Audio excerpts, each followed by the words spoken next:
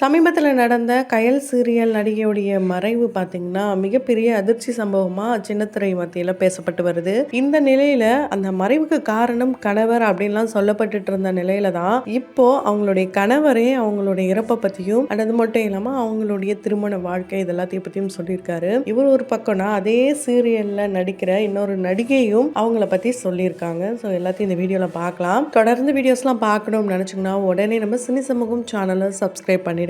கூடவே பக்கத்தில் இருக்க பெல் ஐக்கானையும் மறக்காம பிரஸ் பண்ணிடுங்க. நம்ம ஈஸியா சொல்லிடுவோம் எதுக்குமே தேர்வு மரணம் ஆகாதுன்ட்டு. அதே மாதிரி தான் இவங்களுடைய கேஸும். இவங்க ஒரு இன்டென்ஷனோட இறக்கணும் அப்படின்ற ஒரு எண்ணமே இல்லாம விளையாட்டுத்தனமா போய் பண்ணிட்டு அது வினையாயிடுச்சு. இப்போ அவங்கள சுத்தி இருக்கிற அவங்களுடைய ஃப்ரெண்ட்ஸ், ஃபேமிலி, கணவர் இப்படி எல்லாருமே தான் பாதிச்சிருக்காங்க. ஸோ உண்மையாலே இது ஒரு சோகமான விஷயம் தான். இவ்வளோ சின்ன வயசுல அவ்வளோ ப்ரெஷர் எல்லாருக்குமே தான் இருக்கு. ஏன்னா நம்ம நாடு அப்படிப்பட்ட சூழல்ல தான் நம்ம எல்லாருமே இருந்துட்டு வரோம். ஸோ அதை யாருமே மறுக்க முடியாது.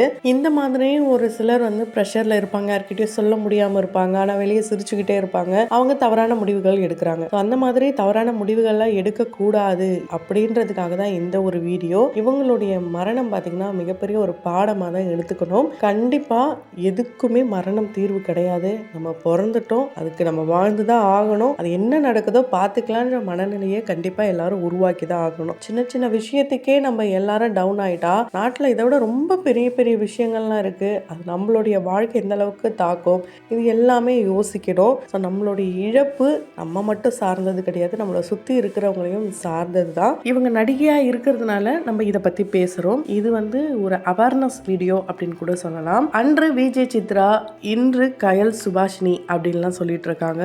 இது உண்மையான்னு கேட்டா உண்மைதான். விஜய் சித்ராவுடைய மரணம் மிகப்பெரிய ஒரு அதிர்ச்சி சம்பவமா தான் இப்போ வரைக்கும் பார்க்கப்பட்டு வருது. ஏன்னா பாண்டியன் ஸ்டோர் சீரியல் இப்பயும் போயிட்டு இருக்கு. இன்கேஸ் விஜய் சித்ரா இருந்திருந்தா கண்டிப்பா அவங்களுக்கும் இந்த சீசன் 2லயும் ஒரு வாய்ப்பு கிடைச்சிருந்திருக்கும். அவங்களுடைய தற்கொலை பார்த்தீங்கன்னா ரொம்ப ஷாக்கிங்கா இருந்துச்சு. ஏன்னா ஷூட்டிங்ல இருந்து வீட்டுக்கு மறுநாள் காலையில விடியற்காலையில இது போல ஒரு நியூஸ்ன்னும் போது கண்டிப்பா ஒரு மிகப்பெரிய ஷாக் தான். அதே மாதிரி தான் இவங்களும் ஸ்ரீலங்கால இருந்து இங்க நிறைய பேர் இவங்களை ஃபர்ஸ்ட் டைம் பார்க்கும் போது இவங்க இந்திக்கார பொண்ணு அப்படிலாம் கூட நினைச்சாங்களாம். அது ரொம்ப ஆட்டிடியூடா இருக்கும் போல இருக்கு, இந்த பொண்ணு யார்கிட்ட ஜெல் ஆகாதா இப்படிலாம் கூட நினைச்சாங்களாம். ஆனா அந்த மாதிரி கேரக்டர் கிடையாதாம். ரொம்ப ரொம்ப ஜாலியான டைப்பாம். இவங்களுடைய காதல் கணவரை ஒரு வெப்சைட்ல தான் பார்த்துருக்காங்க, திருமண வெப்சைட்ல. அது மூலயமா தான் அவரே தான் காதலிச்சிருக்காரு. அரேஞ்ச் மேரேஜ் தான் இது. அவங்களுடைய அண்ணனுடைய நம்பரை வாங்கி அது மூலயமா தான் சுபாஷினியோட நம்பர் கிடைச்சு அதுக்கப்புறம் தான் ரெண்டு பேரும் பேசி பழகி இந்த லவ் மேரேஜ் எல்லாமே நடந்திருக்கு.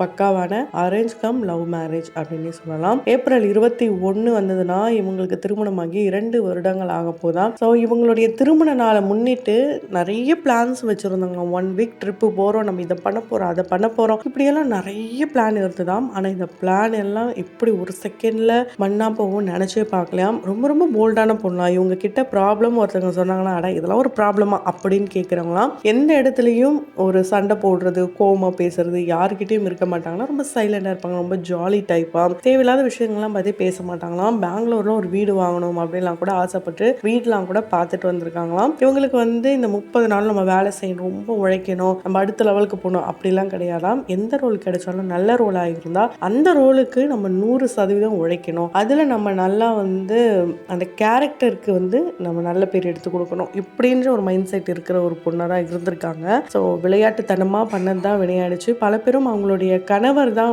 இவங்களுடைய இறப்புக்கு காரணம் அப்படின்னு சொன்னாலும் அவங்களுடைய கணவர் இதை பற்றி என்ன சொல்லியிருக்காருன்னா, அவள் வீடியோ காலில் பேசும்போது இறந்தா நிறைய பேர் சொல்கிறாங்க, ஆனால் அவள் இறந்ததே நான் நியூஸ் சேனலை பார்த்து தான் தெரிஞ்சுக்கிட்டேன், காலையில் தான் தெரிஞ்சுக்கிட்டேன். ஆனால் நான் வீடியோ கால் பேசினதுலாம் உண்மை தான். அவள் தனியாக இருக்கா, நான் இங்கே தனியாக இருக்கேன். மற்றபடி அவளுடைய கெரியருக்காக இருந்தாலும் நாங்கள் எங்கள் 2 பேருக்கான அந்த டைம் ஸ்பேஸை கரெக்டாக பேலன்சிங்காக கொண்டு போயிட்டு இருந்தோம். ஸோ சின்ன சின்னதாக அப்பப்போ ஏதாவது எங்கள் 2 பேருக்குள்ள மோதல்லாம் ஏற்படும். அது காதல்களை எல்லாருக்குமே நடக்கிறது, கணவர் மனைவி எல்லாருக்குமே இடையில நடக்கிறது தான். மற்றபடி இது ரொம்ப பெரிய விஷயமா இல்லை.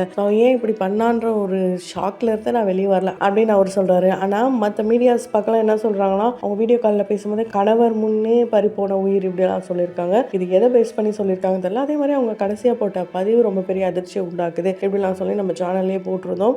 மன உளைச்சல் இருக்குதான் செய்யும். ஒரு வேலையா இருக்கட்டும், வீட்டில் இருக்கிறவங்களா இருக்கட்டும், யாரா இருந்தாலும் மன உளைச்சல் அது வரும். எப்படி வரும், ஏதோ வரும் அப்படின்லாம் நம்ம யோசிச்சு பார்க்கறதுக்குள்ள இந்த மாதிரி முடிவுகள்லாம் சில பேர் எடுக்கிறாங்க. அந்த மாதிரிலாம் எடுக்கக்கூடாது. அண்ட் இதை தொடர்ந்து அதே கயல் சீரியல்ல நடிக்கிற நடிகை வந்து ரொம்பவே எமோஷனலா சொல்லியிருக்காங்க. இவங்களுடைய ரியல் நேம் வந்து சுபாஷினி பாலமுருகன். ஸோ இவங்களுடைய ரியல் நேம் பார்த்தீங்கன்னா சஷினி. ஸோ இந்த நேமை வச்சுதான் அந்த செட்ல இருக்க எல்லாருமே கூப்பிடுவாங்களாம். அண்ட் கயல் சீரியலோடைய ஹீரோயினும் அவங்களோட சிஸ்டரும் இவங்களுக்கு ரொம்ப ரொம்ப க்ளோஸ் ஆயிட்டாங்களாம். ஃபர்ஸ்ட் டைம் பார்க்கும் போது இவங்க வந்து இப்படிலாம் நமக்கு செட் ஆக மாட்டாங்க அப்படிலாம் நினைச்சிட்டு இருந்தாங்களாம். ஆனால் போக போக கிட்டத்தட்ட 7 மாசத்துல கண்டினியூஸா வந்து இவங்களுடைய ஷெட்யூல் இருந்ததுனால நல்ல ஒரு ஃப்ரெண்ட்ஷிப் பாண்ட் கிடைச்சதாம். அது மட்டும் இல்லாம ஒருத்தவங்களை பத்தி தெரியாம எதுக்கு அவங்கள பத்தி தவறா பேசுறீங்க, அண்ட் அவங்க இறந்துட்டாங்க அதுக்கப்புறமும் அவங்கள பத்தி தவறா பேசுறதுல என்ன யூஸ் இருக்கு? ஸோ இருக்கும் போது தான் அவங்கள டிப்ரெஷனுக்குள்ள கொண்டு போறீங்க, அவங்கள பத்தி இப்படி பேசுறது அப்படி போடுறது இப்படி எல்லாம் இருக்கீங்க, அதுக்கப்புறமா ஏன் அவங்கள பத்தி பேசுறீங்க தப்பா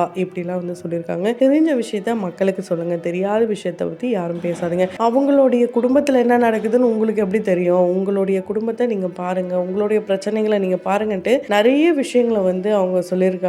ஸோ ஒரு பக்கம் வந்து இப்படி அவங்களுடைய மரணத்தை என்னால் ஏற்றுக்கவே முடியல, யாருமே வந்து நம்பலை ஃபர்ஸ்ட். ஏன்னா இந்த நியூஸ் வந்ததுக்கு அப்புறம் ஒரு சேனல்ல இருந்து எனக்கு அனுப்பிச்சாங்க. இது உண்மையான்னு கேட்டா இல்ல 2 மாசத்துக்கு முன்னாடி ஒரு விஷயம் நடந்தது, அதை தான் கேட்குறாங்க, அது இப்போ இல்லை அப்படின்னு நான் சொல்லிட்டேன். ஆனால் இது உண்மைன்ட்டு நான் எதிர்பார்க்கவே இல்லை. ஸோ ஒரே ஒரு மணி நேரம் அப்படியே என்னால் நம்ப முடியாமல் ஷாக்கில் தான் இருந்தேன். இந்த பொண்ணு இப்படி பண்ணுவாங்கன்னு நினச்சி பார்க்கல. இந்த பொண்ணு மேலே எனக்கு கோவம் தான் வருது. இந்த கோவம் வந்து ஏன் எங்ககிட்ட நல்லா தானே பேசுகிறாங்க, அவள் வீட்டில் தனியாக தான் இருந்திருக்கா, அப்போ தான் இது மாதிரி ஒரு முடிவு எடுத்திருக்கா. ஸோ பண்ணுறதுக்கான அவசியமே கிடையாது. அவள் எவ்வளோ நல்ல பொண்ணுன்னு எங்களுக்கு தெரியும். கஷ்டமாக இருந்தால் ஃப்ரெண்ட்ஸ் இருக்காங்க, யாராவது ஒருத்தர்கிட்ட ஷேர் பண்ணலாமே, இதனால என்ன ஆகிட போகுது? யாராக இருந்தாலும் இது பொருந்தும். ஸோ எல்லாருமே வந்து சின்ன சின்ன விஷயங்களுக்கு தேவையில்லாத ரொம்ப பெரிய லெவலில் திங்க் பண்ணி உங்கள் லைஃப்பை ஸ்பாயில் பண்ணுறீங்க. ஸோ யாரும் இது மாதிரி பண்ணாதீங்கன்ட்டு அந்த நடிகையுமே சொல்லியிருக்காங்க. ஸோ அந்த நடிகை சொன்னதை நம்ம கண்டிப்பாக அக்செப்ட் பண்ணி தான் ஆகணும். எதுக்குமே தற்கொலை தீர்வே ஆகாது. நம்ம வாழ பிறந்தவங்க வாழ்ந்து தான் ஆகணும். இதை விட பெரிய பெரிய பிரச்சனைகள், தீர்க்க முடியாத பிரச்சனைகள், ஹேண்டில் பண்ண முடியாத பிரச்சனைகள்லாம் இருக்கு. ஆனா நமக்கு என்ன பிரச்சனை வருதோ அது எல்லாமே ஹேண்டில் பண்ற அளவுக்கு தான் நமக்கு வரும். அதுதான் ரியாலிட்டி. கண்டிப்பா இந்த யூனிவர்ஸை நம்புறவங்களுக்கு அது உண்மையாலேயே புரியும். ஏன் அப்படின்னா இது நடக்காது, இது போகாது, எனக்கு மட்டும்தான் இப்படிலாம் வந்து நடக்கும், பாரு என்னை விட எல்லாம் இப்படி இப்படி போயிட்டாங்க அப்படிலாம் பேசுறவங்க கண்டிப்பா கொஞ்சம் திங்க் பண்ணி பாருங்களேன். உங்களுக்கு கண்டிப்பா சாப்பிட 3 வேளை சாப்பாடு கிடைக்குது, நல்ல ட்ரெஸ் பண்ணிக்கிறீங்க, நல்ல வீடு, நல்ல பேரண்ட்ஸ், நல்ல சூழல், இது எல்லாமே இருக்கு. சில நேரங்கள்ல சங்கடமான விஷயங்களும் நடக்கதான் செய்யும். எப்படி நல்ல விஷயங்கள் நம்ம அக்செப்ட் பண்றோமோ அதே மாதிரி தான் இந்த விஷயத்தையும் ஹேண்டில் பண்ண கத்துக்கணும். ஸோ அதுதான் இங்க பல பேர்கிட்டயும் இல்லாத ஒரு விஷயமா இருக்கு. ஸோ தயவு செய்து எதுக்குமே மரணம் தீர்வாகாது. ஸோ அதுக்காக கோழை அப்படின்லாம் சொல்லலை.